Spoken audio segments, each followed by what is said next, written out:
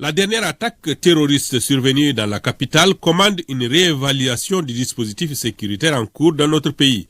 C'est à cet exercice que se sont adonnés l'ensemble des responsables des services sécuritaires autour du chef de l'État. Cette rencontre a permis de faire un examen exhaustif du dispositif sécuritaire, de réévaluer la menace et de donner des orientations complémentaires.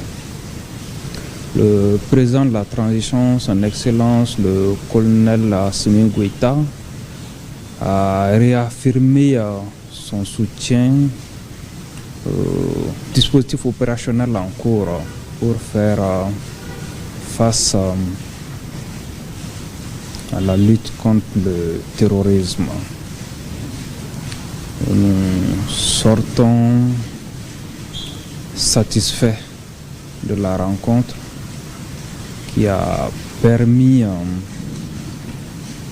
de comprendre et de voir l'engagement des autorités politiques et militaires pour faire face à ces fléaux.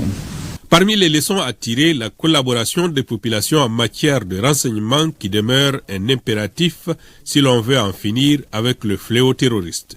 Je profite de l'occasion pour lancer un appel aux populations de continuer à soutenir son armée dont la mission est la sécurisation des personnes et des biens. La lutte contre le terrorisme est une guerre d'usure. Le soutien des autorités, de la population vont nous permettre de pouvoir gagner ce combat. Et bientôt, ce problème sera un lointain souvenir. Comment ne pas saluer les héros de cette lutte, c'est-à-dire les hommes et femmes qui ont donné leur vie pour la patrie? Je voudrais avoir une pensée pour tous nos militaires qui sont présentement engagés en opération. Je voudrais aussi souhaiter un prompt rétablissement à nos blessés et formuler le vœu pour le repos de l'âme de nos illustres disparus.